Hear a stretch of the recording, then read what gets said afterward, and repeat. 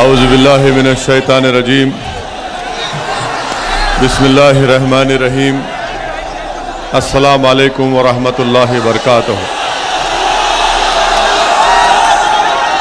शह नशीन पर तशरीफ़ फरमा उत्तर प्रदेश के मजलिस इत्तेहादुल मुस्लिमीन के सदर मोहतरम जनाब शौकत अली साहब, जौनपुर के ज़िला सदर इमरान बंटी साहब, जनरल सेक्रेटरी अशर साहब, नुमान नदवी साहब, अदील अलवी साहब, जावेद सिद्दीकी, शफीउद्दीन साहब, दिलराज बाबू एडवोकेट, अयाज अहमद, कमालुद्दीन साहब,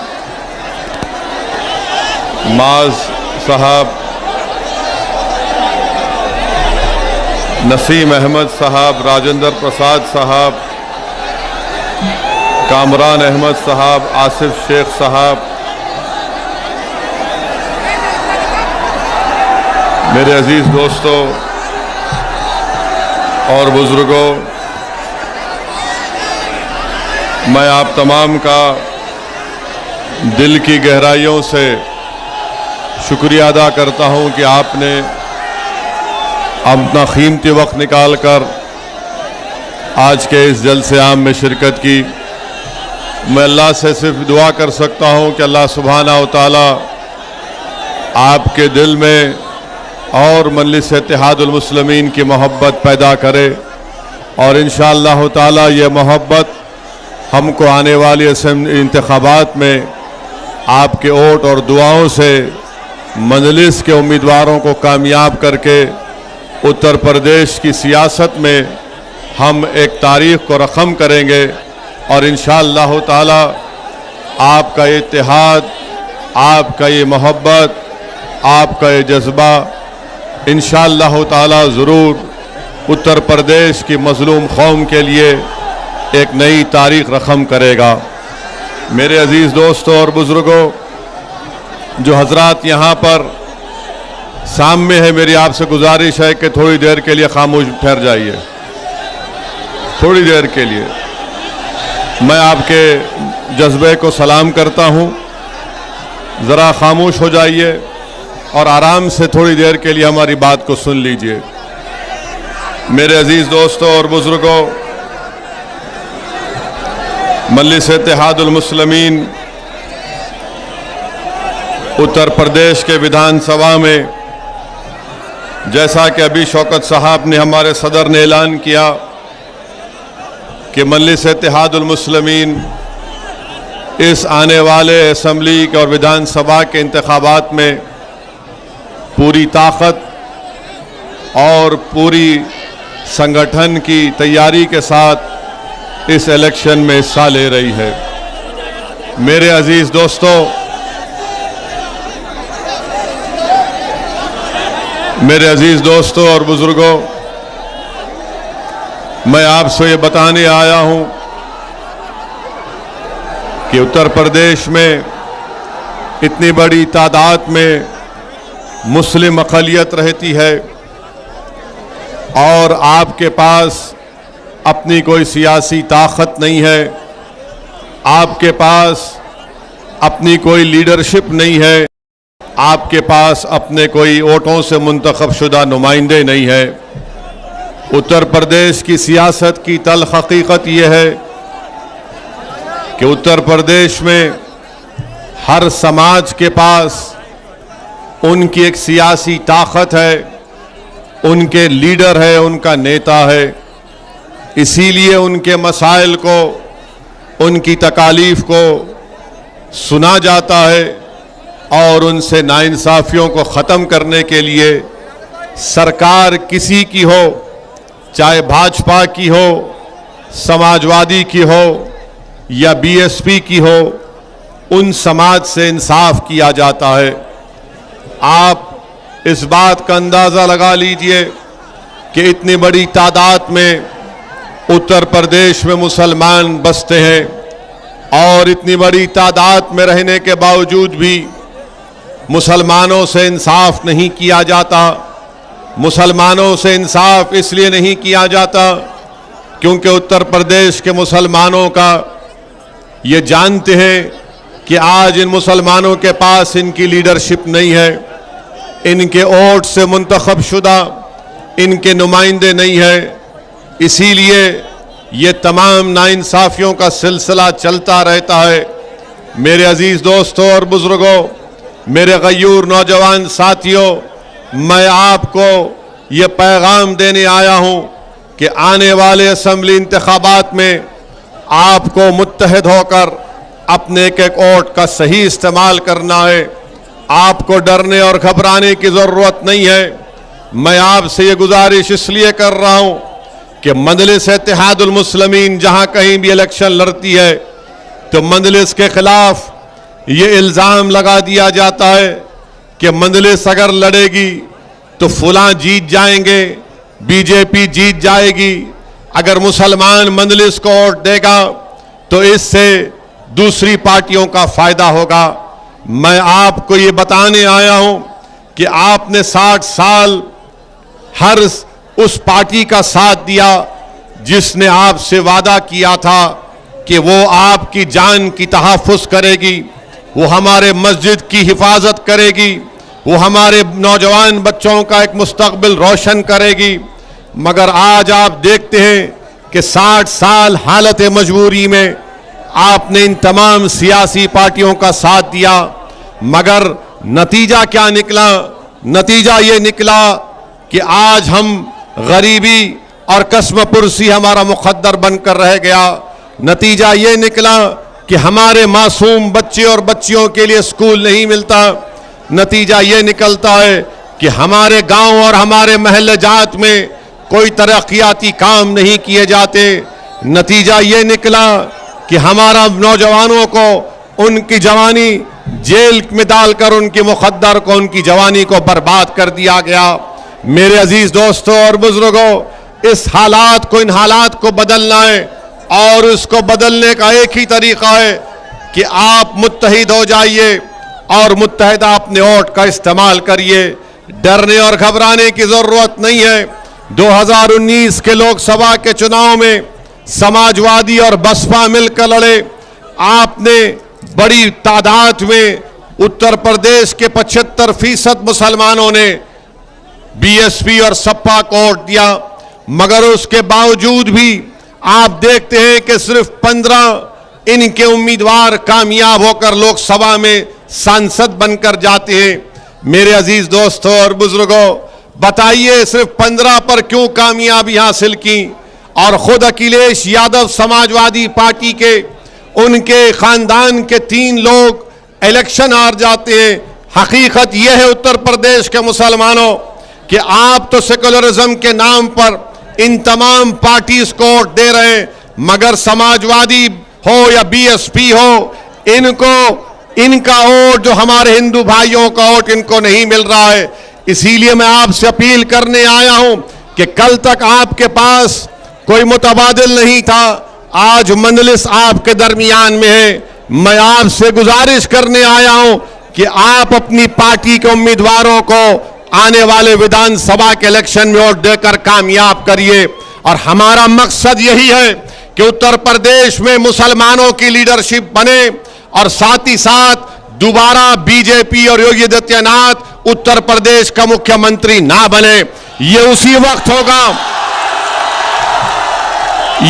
वक्त होगा जब उत्तर प्रदेश के मुसलमान मुत्तहिदा अपने एक एक वोट मजलिस के हक में इस्तेमाल करेंगे। याद रखिए, हर वक्त हमको यह बोलकर डराया जाता है कि आवाज मत उठाओ, सामने मत आओ, वरना बीजेपी आ जाएगी। मैं आपसे कह रहा हूं कि आपको आवाज उठाना है, आपको सामने आना है, आपको नेता बनना है और आप बीजेपी को हराएंगे इंशाअल्लाह ताला। ये मैं आपको बताने आया हूं। समाजवादी पार्टी ने बीएसपी से मिलकर अलायंस किया, तब भी बीजेपी जीत गई। 2017 में समाजवादी पार्टी और कांग्रेस मिलकर लड़े, तब भी बीजेपी कामयाब हो गई। 2014 में बीजेपी यहां से इतनी बड़ी तादाद में अपने अरकान पार्लियामान को कामयाब करती है। आपके वोट की अहमियत नहीं रही, उत्तर प्रदेश के मुसलमानों को अगर अपने वोट की अहमियत को दिखाना है, अगर आपको अपनी सियासी ताकत को दिखाना है, तो मैं आपको अपील कर रहा हूं कि मजलिस इत्तेहादुल मुस्लिमीन के हक में अपने वोट का इस्तेमाल करिए। तब जाकर आपकी सियासी ताकत नजर आएगी, तब जाकर आपकी सियासी अहमियत नजर आएगी। वरना ये तमाम सियासी पार्टियां ये समझती हैं कि मुसलमान कहां पर जाएगा, ये तो हमारा कैदी है, ये तो हमारा घर का गुलाम है, ये हर हाल में हमको हमारा वोट देगा। आप जिसको वोट दे रहे हैं, बताइए आपने क्या हासिल किया। मैं आपको जज्बात में लाने के लिए नहीं कह रहा हूं, मगर ठंडे दिल से सोचिए कि आप और हमने क्या हासिल किया। हमारे बच्चे जेलों में पड़े हुए हैं, कभी जेल में एनकाउंटर हो जाता है, कभी दहशतगर्दी के नाम पर जेल में झूठे केसों में डाल दिया जाता है। आपको इन हालात को बदलना है। अगर आपको तकलीफ है कि नाइंसाफी को खत्म करना है, तो मेरे अजीज दोस्तों और बुजुर्गों, आपको अपने वोट का सही इस्तेमाल करना पड़ेगा। मैं जब हम मजलिस यहां पर आती है तो सब मिलकर कहते हैं कि मजलिस इनकी एजेंट है। कभी अब आपने सुना कि उत्तर प्रदेश के मुख्यमंत्री योगी आदित्यनाथ ने कह दिया कि ओवैसी समाजवादी का एजेंट है। समाजवादी पार्टी बोलती कि ओवैसी बीजेपी का एजेंट है। कांग्रेस बोलती कि ओवैसी फुला का बी टीम है।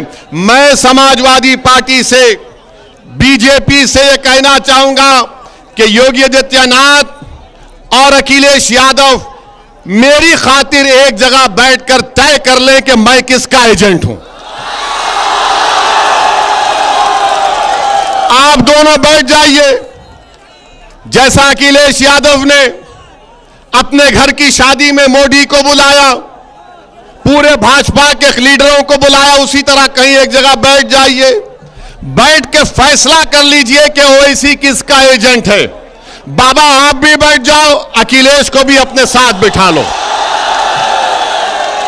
और मैं आपके दरमियान में खड़े होकर यह कह रहा हूं, पहले भी कहा था, आज भी कह रहा हूं, किसी माइका लाल में हिम्मत नहीं है ओवैसी को एजेंट बनाने की। किसी माइका लाल में हिम्मत नहीं है। और याद रखो, वो लोग जो अपने ईमान का सौदा करते हैं, वो लोग जो अपना जमीर बेच सकते हैं, वो लोग जो दौलत पर अपना सब कुछ कुर्बान कर सकते हैं, वो लोग जो जालिम को देखकर डर कर अपना ईमान या सब चीज बेच सकते हैं, वो एजेंट हो सकते हैं। असदुद्दीन ओवैसी इंशाअल्लाह ताला, अल्लाह मुझे जब तक जिंदा रखेगा, अल्लाह मुझे जब तक जिंदा रखेगा, ना जालिम के आगे सर झुकाऊंगा, बल्कि मेरा ईमान कमजोर है। मैं जालिम के सामने खड़े होकर इंसाफ की बात करूंगा। कोई दुनिया की दौलत इंशाअल्लाह ताला मुझे खरीद नहीं पाएगी, ना कोई हुकूमत और इख्तिदार को देखकर हम मरूब होने वाले हैं। अगर कोई ये समझता है तो मैं उनसे कह रहा हूं कि अपने दिमाग से ये तमाम गलत बातों को निकाल दो। और जो मुसलमान इस तरह की बात करते हैं, मैं सिर्फ उनसे इतना कहूंगा, डरो अल्लाह से। उस दिन डरो जब अल्लाह के सामने ओवैसी भी खड़े होगा और तुम भी खड़े होगे। डरो उस दिन जब एक एक नेकी और एक एक गुनाह का हिसाब और किताब हो जाएगा।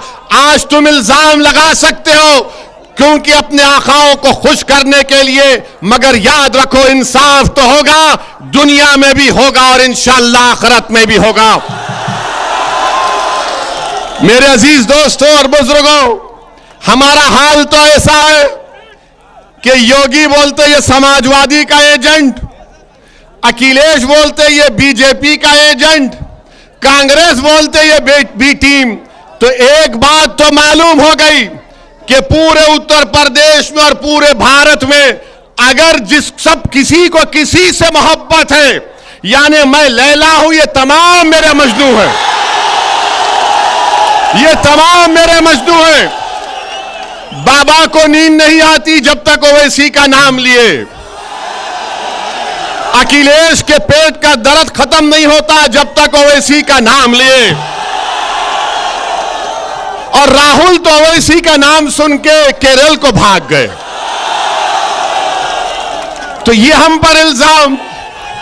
अब सुनिए सुनिए सुनिए, अभी सुनने का वक्त है। आपने 2 दिन पहले सुना कि मुख्यमंत्री कह रहे हैं कि मैं उस शख्स से कह रहा हूं कि उत्तर प्रदेश के माहौल को खराब मत करो। उत्तर प्रदेश के मुख्यमंत्री ने कहा कि CAA के नाम पर माहौल को खराब मत करो। मैं मुख्यमंत्री जौनपुर से कह रहा हूं, जो उत्तर प्रदेश का माहौल है मैं वही माहौल बयान करने आया हूं। और फिर उत्तर प्रदेश के मुख्यमंत्री, आप जान लीजिए कि जब चुनाव होंगे उत्तर प्रदेश की जनता आपको गोरखपुर में भिजा देगी। आप मुख्यमंत्री नहीं रहेंगे, इंशाअल्लाह आप नहीं रहेंगे। और ये बोल रहे हैं माहौल की बात उत्तर प्रदेश के मुख्यमंत्री करते हैं। बाबा जरा ये तो बता दो, योगी आदित्यनाथ जरा ये तो बता दो कि उत्तर प्रदेश में जो कल नेशनल फैमिली हेल्थ सर्वे आया, उस सर्वे में यह बात उत्तर प्रदेश के बारे में बताई गई कि उत्तर प्रदेश की जनता अपने जेब से पहले से ज्यादा खर्चा करती है अपना इलाज कराने के लिए। बताओ बीजेपी वालों, क्या यह सच है या झूठ है? National family health survey Modi की सरकार करती है। दिल्ली में मोदी कह रहे हैं कि उत्तर प्रदेश की जनता सेहत और अस्पताल जाने के लिए ज्यादा पैसे खर्चा करती है। मोदी की सरकार कह रही है कि उत्तर प्रदेश में बच्चों की पैदाइश बहुत कम हो गई, मगर योगी बोल रहे मुसलमान बहुत पैदा कर रहे हैं। अब बताओ बीजेपी वालों, मोदी झूठ बोल रहे हैं या बाबा झूठ बोल रहे हैं? TFR रेट उत्तर प्रदेश का गिरता जा रहा है, मगर भाजपा को यूपी में दिख रहा है कि मुसलमान बच्चे बहुत पैदा कर रहे हैं। यह मोदी की सरकार कहती है। तीसरा, वो नेशनल फैमिली हेल्थ सर्वे यह भी कहता है कि उत्तर प्रदेश में 6 महीने से 60 महीने के दरमियान में जो बच्चे पैदा होते हैं उनमें खून की कमी होती है। 6 महीने से 60 महीने के दरमियान जो बच्चे उत्तर प्रदेश में मासूम बच्चे और बच्चियां हैं वो एनीमिक हैं, उनको खून की कमी है। बाबा, तुम मेरा खून चूसने के बजाय उन गरीबों के बच्चों का ख्याल रखो। ये दिल्ली की मोदी की सरकार कह रही है कि TFR रेट 2.7 से 2.4 तक गिर गया, और बाबा कह रहे हैं मुख्यमंत्री के माहौल उत्तर प्रदेश में। मेरे अजीज दोस्तों और बुजुर्गों, यहां पर 50% महिलाएं उत्तर प्रदेश में एनीमिक हैं, यानी खून की कमी है। आप कौन सी सरकार दे रहे हैं? आप कौन सा काम किए 4.5 साल में जिसकी बुनियाद पर बीजेपी कह रही है कि हो जाएगा, कामयाब हो जाएंगे? अच्छा, आप ये भी देख लो, पूरे भारत में मोदी की सरकार में सिर्फ 11% बच्चों को खाने को खाना मिलता है। कौन सी सरकार बीजेपी दे रही है? सिवाय ठोक दो, बुलडोजर चला दो, अरे इस तरह की बातें करने से कुछ हासिल नहीं होगा। अब आप ये देख लीजिए, बीजेपी की सरकार में, जब बीजेपी की सरकार बनी अप्रैल 2017 में, उस वक्त यह कहा गया था कि डबल इंजन की सरकार, कहा गया था ना कि मोदी एक इंजन, योगी एक इंजन। अब नहीं मालूम बड़ा इंजन कौन सा था, छोटा कौन सा था। कहा गया डबल इंजन। अच्छा, डबल इंजन में क्या हुआ? उस वक्त 2017 में आप अंदाजा लगाइए कि इतने लोगों को जिनके पास नौकरी नहीं थी मगर नौकरी चाहते थे, उस वक्त 40 लाख थे 2017 में, अब अगस्त 2021 आते आते 56 लाख हो गया, यानी 16 लाख लोग नौकरी करना चाहते हैं, बढ़ गए। बताओ बीजेपी वालों, ये झूठ है या सच है? आप अंदाजा लगाइए। फिर उसके बाद 2017 में 38% लोगों के पास जॉब था। आज कितने लोगों के पास नौकरी है बताओ? उससे कम। हालात इतने खराब हो गए उत्तर प्रदेश में कि नौजवान चाहे किसी जात और बरादरी का हो, किसी मजहब का हो, उसके पास नौकरी नहीं है। मेरे अजीज दोस्तों और बुजुर्गों, जो असदुद्दीन ओवैसी पर इल्जाम लगाते हैं भड़काऊ भाषण का, सुनो एक और भड़काऊ भाषण अब तुम्हारे सामने कर रहा हूं। 4 साल पहले 25 और 29 साल के दरमियान में जो नौजवान लड़के और लड़कियां थे, वो 8% अनएम्प्लॉयड थे, बेरोजगार थे 4 साल पहले। अब हम नवंबर 2021 में आपको मालूम कि जिनकी उम्र 25 और 29 साल है, कितने लोग उत्तर प्रदेश में बेरोजगार हैं? 15% नौजवान बेरोजगार हैं, जो 25 और 29 साल के दरमियान उनके पास कोई नौकरी नहीं है। और फिर जो 20 और 24 साल के, वो 2017 में 23% 20 और 24 साल के उत्तर प्रदेश के नौजवानों में नौकरी नहीं थी। आज वो बढ़ते बढ़ते 31% हो गया, 31% हो गया।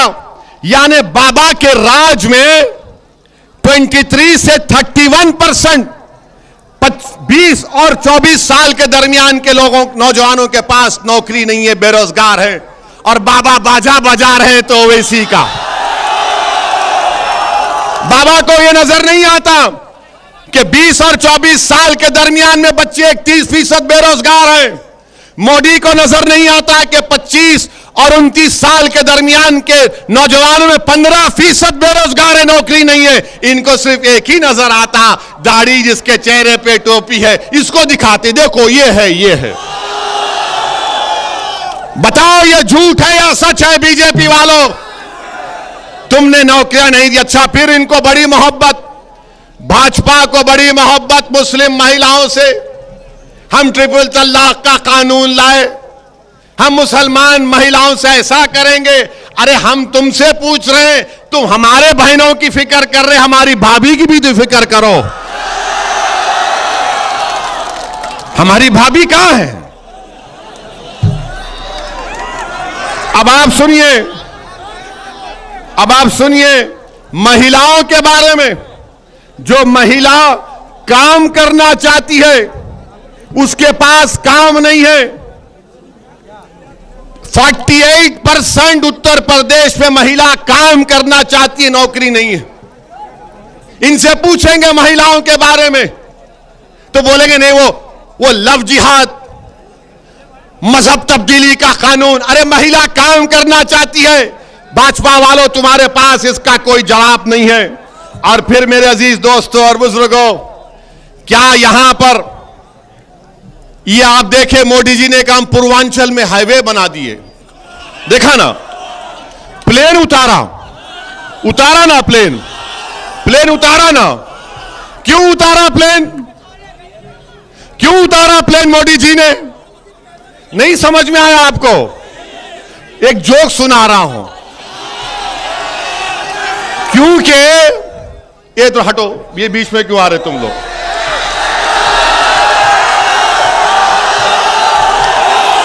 मोदी जी ने, सुनिए, मोदी जी ने प्लेन क्यों उतारा? इसलिए उतारा कि उत्तर प्रदेश की जनता को बताने के लिए, सुनो, उत्तर प्रदेश की जनता को बताने के लिए कि भाइयों बहनों, पेट्रोल इतना कीमती हो चुका कि सिर्फ मैं ही प्लेन उतार सकता, तो मोटरसाइकिल गाड़ी नहीं चला सकते। इसीलिए प्लेन उतारा। और मोदी जी ऐसा करते उतर रहे थे, फिर गाड़ी में बैठे और मुख्यमंत्री को अकेला छोड़ दिए। किसी उत्तर प्रदेश के शातिर नौजवान ने एक वीडियो बना दिया बाबा को दिखाते हुए कि अकेले अकेले कहां जा रहे हो। क्या पेट्रोल डीजल महंगा नहीं हुआ? क्या पेट्रोल डीजल महंगा नहीं हुआ? क्या सरसों का तेल महंगा नहीं हुआ? क्या गैस का सिलेंडर महंगा नहीं हुआ? महंगाई नहीं बढ़ रही है? क्या महंगाई नहीं बढ़ रही है? तो फिर तुम वोट किसको दोगे? तुम महंगाई को देखकर क्या बीजेपी को वोट दोगे? तुम क्या पेट्रोल की डीजल की कीमत देखकर बीजेपी को वोट दोगे? तुम क्या गैस का सिलेंडर जो 1400 रुपये हो चुका है, क्या तुम बीजेपी को वोट दोगे? क्या तुम सरसों के तेल को अपने खाने में मिलाओगे या पानी को मिलाकर खाना पकाओगे? बताओ तुम किसको वोट दोगे फिर? मेरे अजीज दोस्तों और बुजुर्गों, बीजेपी कीमतों को कम करने में नाकाम साबित हुई है। कीमतों को कम करने में नाकाम साबित हुई है। और मोदी जी बात करते हैं कि हमने वो बना दिया, हमने ये कर दिया, हमने फुला कर दिया। और ये योगी आदित्यनाथ कहते हैं ओवैसी फुला है, ऐसा कर देंगे, फुला कर देंगे। याद रखो बीजेपी वालों, मैं मरने को तैयार हूं, तुम मारने तैयार हो? मुझे बताओ। मैं जहां कहीं भी जाता हूं, मैं जहां कहीं भी जाता हूं, यही समझता हूं कि कल शाम तक या मैं जिंदा नहीं रहूंगा या सुबह का सूरज नहीं देख पाऊंगा। यह मेरा ईमान है, यह मेरा ईमान है। और अगर ये लोग समझ रहे हैं कि हम मौत से डरते, नहीं डरते मौत से। हम मौत के बाद जो हिसाब होगा उससे डरते, मौत से नहीं डरते हम। जब आए हैं तो जाएंगे एक दिन, सब जाएंगे, कोई यहां पर नहीं रहेगा। मगर हम अल्लाह से दुआ करते हैं कि या अल्लाह नरेंद्र मोदी को और योगी को अल्लाह 125 साल की उम्र दे। बोलो आमीन। और हमको अल्लाह सेहत से जिंदा रखे, ऐसी सेहत दे कि हम जिंदा रहें तो अल्लाह के आगे सर झुकाएं, जालिमों के आगे कभी ना झुकाएं इंशाअल्लाह ताला। और फिर ये दूसरा, इनका बहुत बड़ा शिजरा है आपके जौनपुर के बारे में। अभी हम बनारस एयरपोर्ट से आ रहे थे, विकास हम खुद देख लिए, गाड़ी चलती नहीं है। ऐसा दिखता है कि खड्डे रोड में, तो ऐसा लगता है कि खड्डे खुद रोड बन चुके हैं, चलती नहीं है गाड़ी। यह विकास है। अच्छा आपका देखिए, क्या जौनपुर में जो किसान है उनकी खेतों का क्या हाल है? उनकी खेतों का हाल यह है कि किसान रात में नहीं सो पाता कि कहीं गाय ना चले जाए, कहीं भैंस ना चले जाए, कहीं जंगली सूअर ना चले जाए। पूरी खेत साफ कर देते हैं, क्योंकि बीजेपी के दौर में किसान की खेत गाय भैंस जंगली सूअर खा सकते, अगर किसी को हाथ लगाए तो उसकी इज्जत इंसान से ज्यादा है। यह हो रहा है। और फिर जौनपुर में आपकी रोड है, एक जौनपुर सदर में जो रोड है 5.5 किलोमीटर की, अगस्त के महीने में यहां के सांसद भी आकर पत्थर लगाए कि मैंने करवाया, बीजेपी का एमएलए भी आकर लगवा दिया कि मैंने करवाया। आप फिर यह भी जानते हैं कि यहां पर रोड इतनी खराब है कि हड्डियों में दर्द होता है, फेफड़े खराब हो रहे हैं धूल से। मगर बीजेपी बात करती है विकास की। कौन सा विकास की आप बात करते हैं? और पूरा जौनपुर जिले में डेंगू फैला हुआ है, इंसानों के फेफड़े और उनके लंग्स खराब हो रहे हैं। और आपके पास जौनपुर शहर में अमृत स्कीम आई पानी की, कलेक्ट्रेट कचहरी से शेखपुरा तक 260 करोड़ की पानी का लाइन मंजूर हुई। 2 साल में माशाअल्लाह से खाली 15% काम हुआ है। वाह योगी आदित्यनाथ, क्या विकास कर रहे हैं आप जौनपुर में, बहुत अच्छा। ये कहते हैं यूपी में बहुत विकास हुआ। क्या आपने नहीं देखा कि जौनपुर में फत्तूपुर रेलवे क्रॉसिंग के पास 3 मासूम बच्चियां जिनका नाम प्रीति है, कपिल है 14 साल की, काजल है और आरती है, ये आहुरी गांव के हैं। 15 नवंबर के दिन इन तीनों बच्चियों ने जो लेबर का काम करती थी, गुर्बत की वजह से गुर्बत की वजह से ट्रेन के सामने कूदकर तीनों बहनों ने अपनी जान गंवा दी। यह आपका विकास है? बात करो इन बच्चियों के बारे में जो गुर्बत की वजह से अपनी जान खुदकुशी कर गए। मगर बीजेपी बात करेगी किसकी? ओवैसी की बात करेगी। बीजेपी बात करेगी हिंदू मुस्लिम की बात करेगी, बीजेपी बात करेगी दंगों की बात करेगी। अरे ये इंसानों के लिए तुमने क्या किया बताओ, तुमने क्या किया बताओ। ये 3 मासूम बच्चियां गुर्बत की वजह से ट्रेन के आगे कूदकर अपनी जान दे देती हैं और आपको इसकी कोई फिक्र नहीं है। 9 नवंबर को 2021 को एक 15 साल की बच्ची का जाफराबाद पुलिस स्टेशन में उसका रेप कर दिया गया। बाबा ये माहौल है उत्तर प्रदेश का, ये माहौल है। और आप जानते हैं यही कश्मीर में उरी में एक हमारा भारत की आर्मी का कैंप था, वहां पर हमला हुआ था। यही जौनपुर का एक बहादुर सिपाही जिसका नाम राजेश सिंह था, वो आतंकवादियों के हमले में उरी में मारा गया। क्या राजेश सिंह के नाम की गेट बनी गई? अब तक गेट नहीं बनी गई उसके नाम से। और ये बड़ा नेशनलिज्म की मोदी और योगी बात करते हैं। वो राजेश सिंह जो उरी में मारा गया, उसके नाम के गेट नहीं बन पाती है और बीजेपी कहती है कि ये ऐसा करेंगे बड़ी खास के पास। तो मेरे अजीज दोस्तों और बुजुर्गों, और फिर बीजेपी ये भी कहती है कि ओवैसी यहां पर आकर माहौल को खराब नहीं करना। मैंने क्या कहा था?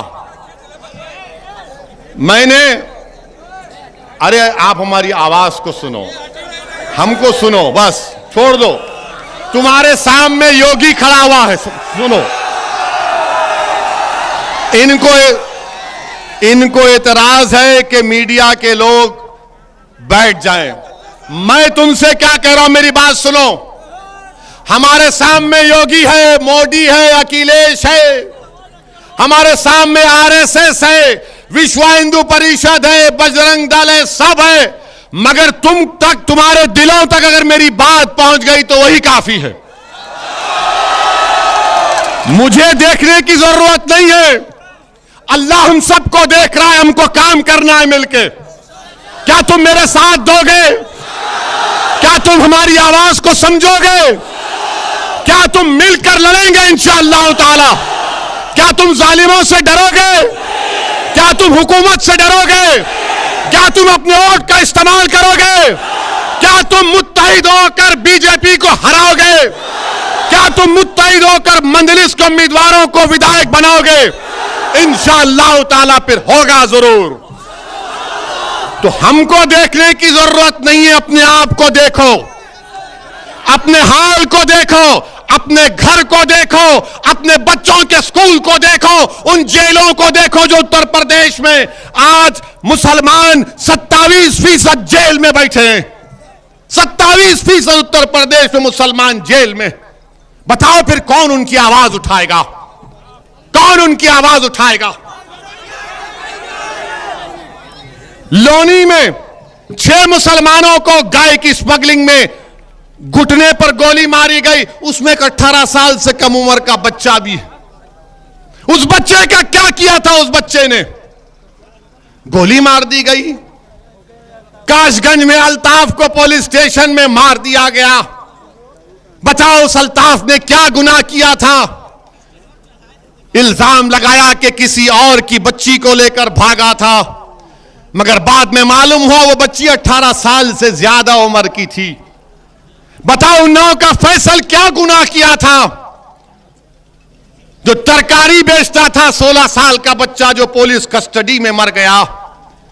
बताओ मेरे अजीज दोस्तों और बुजुर्गों, ये नाइंसाफी नहीं है तो क्या है? बताओ उत्तर प्रदेश के मुसलमानों, मैं आपसे मुखातिब हूं, मैं आपसे शिकायत कर रहा हूं। आखिर सिर्फ 2% हमारे बच्चे उत्तर प्रदेश में ग्रेजुएट क्यों होते हैं? सिर्फ 2%। आखिर 60% ड्रॉप आउट रेट क्यों है? कौन जिम्मेदार है मेरे भाई? हम जिम्मेदार हैं।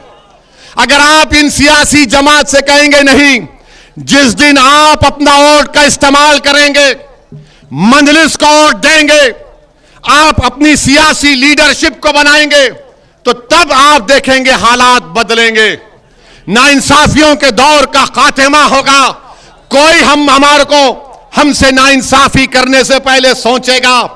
और ये जो समाजवादी पार्टी है, कांग्रेस है, इनके पास अगर कोई मुस्लिम नेता है, वो बेचारा मंच पे आता है तो उससे कहते हट जा, सामने मत आ, वरना बीजेपी आ जाएगी।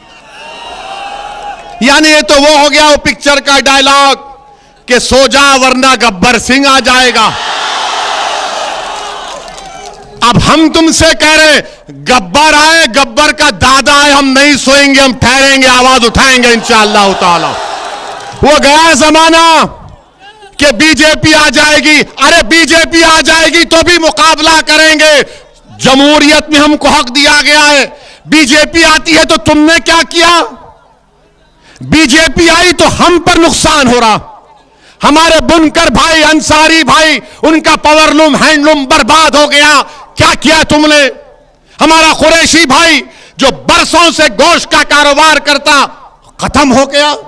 और फिर ये लोग जो कहते हैं कि खामोश हो जाओ वरना बीजेपी आ जाएगी।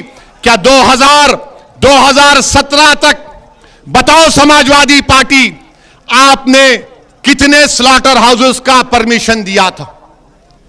आपने कितने स्लॉटर हाउसेस का परमिशन रिन्यूअल कराया था? आपके पास कुछ भी नहीं है, कुछ जवाब देने को नहीं है, मगर सिर्फ क्या कहेंगे, नहीं मंजलिस लड़ेगी तो वोट डिवाइड हो जाएगा। अरे डिवाइड तो तुम्हारा वोट हो चुका है ना। 2017 में यहां से कांग्रेस के कैंडिडेट कौन थे? नदीम थे ना? ये दोनों अखिलेश और राहुल मिले थे ना? क्या कहा था? यूपी को इन लड़कों का साथ पसंद है। वो लड़के मिले, ये नदीम लड़का हार गया। हम हराए, मंजलिस हराई। क्यों नहीं पड़ा इनको वोट? क्योंकि मुसलमान ने तो वोट दिया। मुसलमान बड़ा जज्बाती होता है। मुसलमान बड़ा जज्बाती होता है।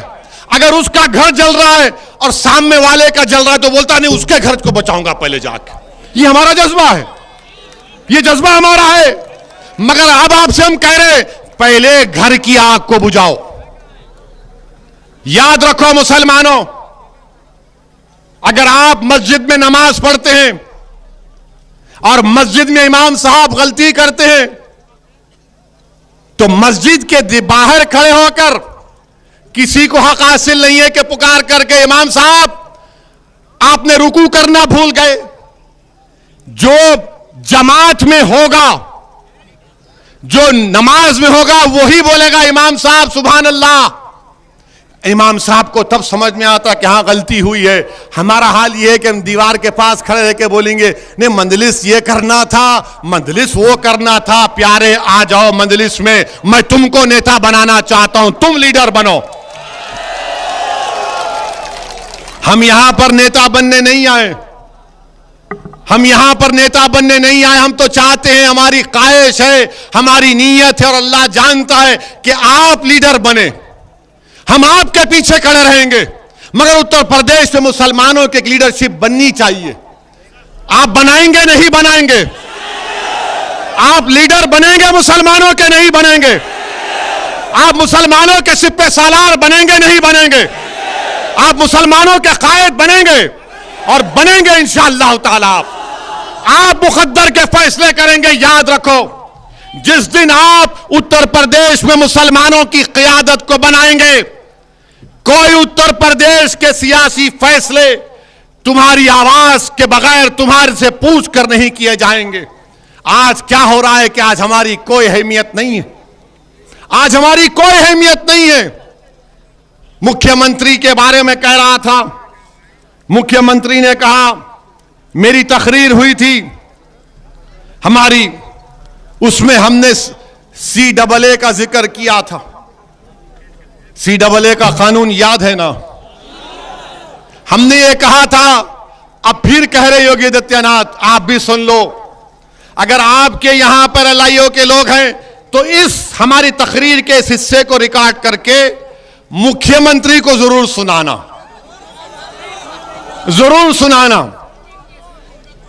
हमने कहा बहुत हैं हमारे, ये भी हमारे मजनू बहुत हैं, ये भी हमारे मजनू में बहुत हैं। अब हमने क्या कहा था कि भारत में मजहब की बुनियाद पर अगर कोई कानून बनाया गया तो CAA था। इससे पहले मजहब की बुनियाद पर कोई कानून नहीं बना। हमने कहा कि ये भारत का संविधान जिसको बाबा साहेब अंबेडकर ने बनाया, ये आर्टिकल 14 का वायलेशन है। मसावात की बात आर्टिकल 14 करता है। मजहब की बुनियाद पर कानून गलत था।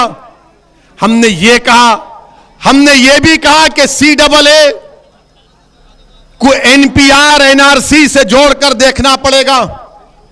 अब आप जितना मजमा यहां पर हजारों की तादाद का, आप मजलिस के पार्टी स्पोक्स पर्सन है। आप क्या बोलते हैं हिंदी में उसको? आप पूरे के पूरे मजलिस के प्रवक्ता हैं आज से। CAA का कानून याद रखो। आप अगर किसी के पास कलम है तो लिख लो। कलम रखो अपनी जेब में मुसलमानों, कलम रखो, क्योंकि इमाम अहमद बिन हंबल रहमतुल्लाह अलैह अपनी जिंदगी के आखिरी वक्त तक इमाम अहमद बिन हंबल रहमतुल्लाह अलैह अपने साथ एक किताब को और कलम को रखते। लोगों ने कहा कि इमाम, आप वक्त के इमाम हैं, आपको कलम और कागज की जरूरत क्यों है? तो इमाम अहमद बिन हंबल ने कहा कि अगर मैं जिंदगी खत्म होने से पहले तक अगर किसी एक बच्चे से भी अच्छी हिकमत की बात सुनूंगा तो उसको लिख लूंगा। तो आपको मैं बता रहा हूं कि CAA पहले मजहब की बुनियाद पर गलत कानून बनाया गया। CAA को अकेले नहीं देखा जा सकता। पूरे भारत का मुसलमान CAA को लेकर बेचैन क्यों है? क्योंकि उसको NPR NRC से जोड़ दिया गया। उसको NPR NRC से जोड़ दिया गया। और NPR क्या है? आपको मालूम NPR NRC क्या है? कल अगर सेंसस होगा उत्तर प्रदेश में तो सेंसस करने वाले आपके घर को आएंगे। आपका नाम, आपका मजहब, आपकी पासपोर्ट की कॉपी, आधार कार्ड, आप कहां पैदा हुए, वालिद वालदा कहां पैदा हुए, उनका कागज पूछेंगे और एक लिस्ट बनाकर तहसीलदार के दफ्तर में पहुंचा देंगे। वो तहसीलदार ये कहेगा कि ये डाउटफुल सिटीजन है, शहरी है। फिर आपसे कहा जाएगा असदुद्दीन ओवैसी से कि बताओ तुम इस भारत के शहरी हो या नहीं हो। अब मुझे भागना पड़ेगा, ये कागज वो कागज, ठीक है हमने कुछ लाके दे दिया। फिर उसके बाद तहसील के ऑफिस में लिस्ट लगाई जाएगी। वहां पर ये संघ परिवार के लोग जाएंगे और जहां जहां मुसलमान का नाम रहेगा वो बोलेंगे ये डाउटफुल है, ये डाउटफुल है, ये भारत का शहरी नहीं है। फिर हमको अपनी शहरियत को साबित करना पड़ेगा। ये NPR NRC है, इसके खिलाफ हम हैं। अब आप सवाल करेंगे कि असदुद्दीन ओवैसी ये तो हुआ नहीं, तो मैं आपसे कह रहा हूं ये आसाम में हो चुका है। क्या हुआ आसाम में? सुप्रीम कोर्ट ने करवाया। वहां पर 19 लाख के नाम नहीं आए, जिसमें से 3.5 लाख मुसलमान के नाम थे। अब जब CAA आ गया, कानून बन गया ना, CAA कानून बन गया, तो वो जो गैर मुस्लिम है, जो 3.5 लाख मुसलमान को छोड़कर जो 15.5 लाख गैर मुस्लिम है, उनको CAA से उनको भारत का शहरी करार दे दिया जाएगा और ये 3.5 लाख को फॉरेनर्स ट्राइब्यूनल कोर्ट में जाकर अपनी शहरियत को साबित करना पड़ेगा। यह होगा, याद रखो। अगर मोदी NPR NRC करेगा तो पूरे भारत में होगा। और जब हम ये चीज को देख चुके आसाम में, सुप्रीम कोर्ट मॉनिटर्ड हुआ, तो ये बोल रही देखो अभी तो रूल्स भी नहीं बने, अभी तो रूल्स नहीं बने, ओवैसी लोगों को भड़का रहा है। मैं भड़का नहीं रहा हूं, बल्कि हिंदू अखबार, अंग्रेजी का अखबार है, एक मशहूर जर्नलिस्ट है, बहुत मशहूर, जिसका नाम मोहतरमा विजयता सिंह है। गूगल में जाओ, हजरत गूगल में जाकर देखो, विजेता सिंह का नाम लिखो। हिंदू अखबार में विजेता सिंह ने मोदी की हुकूमत का जो NPR का फॉर्म है, उसको अखबार में शाये किया। हमने उसकी मुखालिफत की। वो फॉर्म तो यही सब बातें पूछ रहा है। और फिर जो लोग बोल रहे हैं कि ओवैसी भड़काऊ भाषण दे रहा है, क्या ये बात सच नहीं है कि मोदी सरकार, एक कानून है, अगर कोई पैदा होता है, कोई मरता है, तो उसको, कानून का नाम है registration of death and birth, उस कानून को मोदी सरकार तरमीम कर रही है और तरमीम करके उसको आधार से, इलेक्शन कार्ड से और सेंसस से, NPR से जोड़ेगी। इसकी मुखालिफत कौन किया पूरे भारत में? असदुद्दीन ओवैसी ने किया।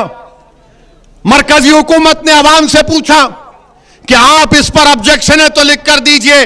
हमने अमित शाह की मिनिस्ट्री को इसके खिलाफ ऑब्जेक्शन लिख कर दिया और हम फिर से कह रहे हैं, अगर registration of birth and death के कानून में तरमीम होगी, वो बिल पार्लियामेंट में लाया जाएगा, तो इंशाअल्लाह ताला असदुद्दीन ओवैसी और इम्तियाज जलील उस कानून की मुखालिफत करेंगे। वो काला कानून होगा, वो NPR NRC की तैयारी होगी। ये बात हम जब करते हैं, और हमने कहा कि जिस तरह किसानों के कानून को वापस ले लिया गया, CAA के कानून को भी वापस लेना चाहिए, तो सबके पेट में दर्द शुरू हो गया, सबके पेट में दर्द शुरू हो गया। अरे राकेश, जब CAA NPR NRC आएगा तो हमारे को परेशानी होगी, तुमको परेशानी नहीं होगी, क्योंकि हम मुसलमान हैं। तुम्हारे लिए CAA इस्तेमाल हो जाएगा और हमारे लिए NPR NRC का इस्तेमाल होगा। मेरे अजीज दोस्तों और बुजुर्गों, मैं आपसे वादा कर रहा हूं कि अगर मरकजी हुकूमत NPR NRC के रूल्स बनाएगी, मजलिस एहतजाज करेगी, मजलिस प्रोटेस्ट करेगी। अगर CAA का कानून वापिस नहीं होगा, मैं फिर से कह रहा हूं, मेरा यह जमहूरी हक है। सुप्रीम कोर्ट ने कहा कि protest and dissent are part of democracy, यानी मुखालिफत और पुरअमन एहतजाज जमहूरियत का बुनियादी उसूल है। और बीजेपी नहीं चाहती कि एहतजाज हो, मोदी पसंद नहीं करते कि कोई उनके खिलाफ बात कहे। मैं आज जौनपुर से उन तमाम किसानों को सलाम करता हूं, उनको सलाम करता हूं जिन्होंने एहतजाज किया, टस से मस नहीं हुए।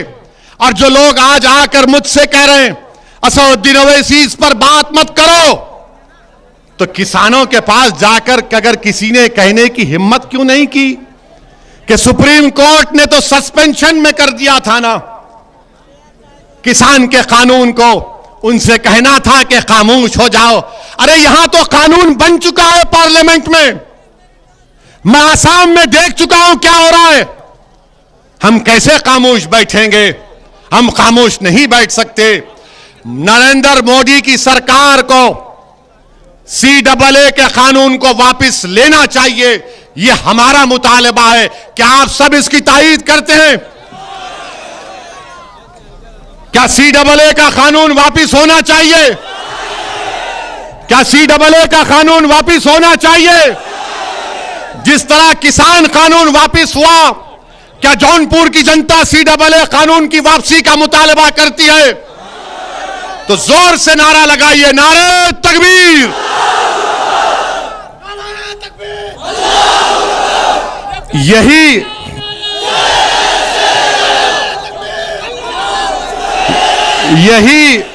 यही चीज इनको पसंद नहीं आती। और हम अपने भाइयों से कहना चाह रहे हैं, जब NPR NRC होगा तो सिर्फ मुसलमान नहीं, दलित को भी, यादव को भी, राजभर को भी, ब्राह्मण को भी, सबको लाइन में खड़ा रहना पड़ेगा। सबको लाइन में खड़ा कर देंगे मोदी जी, सबको लाइन में खड़ा कर देंगे। बोले कागज लाओ। मेरे अजीज दोस्तों और बुजुर्गों, इन अहम बात पर आपकी तवज्जो चाहता हूं और मैं आपसे वादा कर रहा हूं कि उत्तर प्रदेश के असेंबली इलेक्शन में आप मजलिस इत्तेहादुल मुस्लिमीन के उम्मीदवारों को अपना विधायक और MLA बनाइए। ये विधायक जब जीत कर उत्तर प्रदेश की विधानसभा में जाएंगे, ये तमाम के तमाम एक आवाज में उत्तर प्रदेश की विधानसभा में खड़े होकर इस बात का मुतालबा करेंगे कि CAA का कानून वापस लेना चाहिए, NPR NRC के रूल्स नहीं बनने चाहिए। आप मजलिस को वोट दीजिए, मजलिस को कामयाब करिए। हमारा विधायक जीत कर जाएगा तो आपकी बात करेगा, जौनपुर की डेवलपमेंट की बात करेगा, उत्तर प्रदेश के मुसलमानों के इंसाफ की बात करेगा और तमाम मजलूम आवाम के इत्तेहाद की बात करेगा। मेरे अजीज दोस्तों और बुजुर्गों, हिम्मत और हौसले को बुलंद रखिए और याद रखिए कि जो लोग हमसे कह रहे हैं कि जाओ जाकर मोदी से कहो, उनसे कहो, अरे याद रखो, तुमने दुनिया के सामने रोकर अपनी बेबसी का इजहार किया। हां, हम भी रोते हैं, मगर दुनिया के सामने नहीं, रब करीम के सामने सर झुकाकर हम रोते हैं कि या अल्लाह, इस कौम को, तेरे हबीब की उम्मत को इस मुल्क में इज्जत से नवाज दे। हम अल्लाह के खौफ से रोते हैं, हम अल्लाह के खौफ से रोते हैं, रसूल रहमत सल्लल्लाहु अलैहि वसल्लम की मोहब्बत में रोते हैं। मगर मुसलमानों, जालिमों के आगे रोना नहीं, जालिमों के आगे रोना नहीं, अल्लाह के आगे सजदों में जाकर भीख मांगो, वहां पर आंसू टपकाओ। अरे ये लोग डरने वाले हैं, इसीलिए रोते हैं। हां, हम रोते हैं, मगर अल्लाह के आगे रोते हैं और अल्लाह हमारी बात को सुनने वाला है, अल्लाह हमारी बात को जानने वाला है। और उत्तर प्रदेश में इंशाअल्लाह ताला आपकी एक क़ियादत उभरेगी। जब तक अल्लाह सुब्हाना व तआला मजलिस इत्तेहादुल मुस्लिमीन को आबाद और शादाब रखेगा, हम आते रहेंगे। मेरी आपसे गुजारिश है कि विधानसभा के चुनाव में मजलिस के उम्मीदवार का निशान पतंग है, पतंग के निशान पर मोहर बटन दबाइए, अपनी पार्टी को कामयाब करिए। दूसरी मर्तबा जौनपुर को आया हूं और बार बार आता रहूंगा। अल्लाह आपके इस मोहब्बत को, इस जज्बे को सलामत रखे। आपका बेहद शुक्रिया। अस्सलाम वालेकुम व रहमतुल्लाहि व बरकातहू। नारे तकबीर, नारे तकबीर, नारे तकबीर। अस्सलाम वालेकुम।